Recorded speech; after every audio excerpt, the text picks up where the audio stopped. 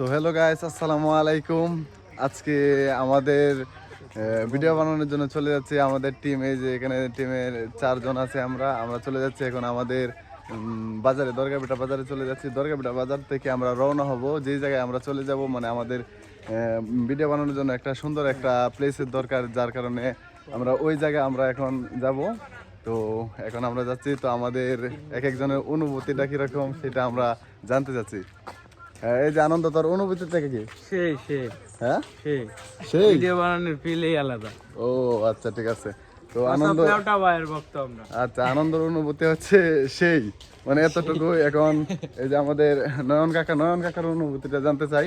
নয়ন কাকা, তোমার অনুভূতিটা কিরকম? আমার অনুভূতি তো থেকে যে হোয়াটসঅ্যাপ বিল্লাল বাটপাড়ার ভিডিও আমরা আজকে নকল করব। ও আচ্ছা, নয়ন কাকার অনুভূতি হচ্ছে হোয়াটসঅ্যাপ বিল্লাল বাটপারের অনুভূতি প্রকাশ করব। অনুভূতি প্রকাশ করবে। আচ্ছা, তাহলে এখন আমাদের যে আরেকজন দিদারের অনুভূতিটা জানতে চাই। বলার মতো ভাষা নাই, বলার মতো ভাষা নাই। না না, দিদারের অনুভূতিটা শুধু হচ্ছে এইটুকুই যে বলার মতো ভাষা নাই। বলার মতন ভাষা নাই, মাঠে খেলা হবে। মাঠে খেলা হবে, আচ্ছা ঠিক আছে। সো গাইস, আমাদের মাঠের খেলা হবে, এরকম একটা হবে। আচ্ছা, তাক সমস্যা নাই, এইটুকু। মানে আমাদের এখন আমরা চলে যাব আমাদের ঠিক এই জায়গার মধ্যে, যে জায়গার মধ্যে আপনারা আমাদের ভিডিওটা দেখলে অনেক ভালো লাগবে। আমাদের ভিডিওটা মানে আপনাদের জন্য আরেকটু স্পেশাল হবে।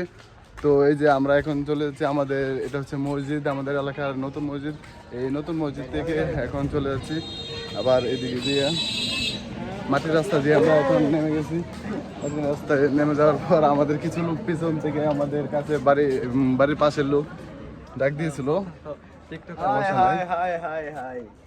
এই যে আমাদের লোক সবাই এখন চিপা একটা রাস্তা দিয়ে আমরা ঢুকে যাচ্ছি। ঢুকে যাওয়ার পর এখন এটা হচ্ছে হরজত বিল্লাল ভাইয়ের চিপার রাস্তা। শীতের দিনে রোদও কিন্তু গরম লাগে। এই যে আমাদের টিমের একজন বলতেছে শীতের দিনে রোদও কিন্তু গরম লাগে। আসলে সত্যি বলতে শীতের দিনে রোদ কিন্তু একটা মিষ্টি রোদ, যেটা মানে গরমের দিন অনুভব করলে সেটা অনেক মানে গরম গরম ভাব বোঝা যায়, যে ক্লান্ত হয়ে যায় শরীর, এরকম।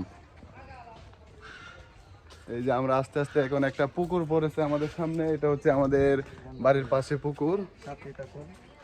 তো গাইস, আমাদের পরবর্তী ভিডিও পাওয়ার জন্য আমাদের সাথেই থাকুন। আজকের ভিডিওটা শুধু এই পর্যন্তই। আসসালামু আলাইকুম।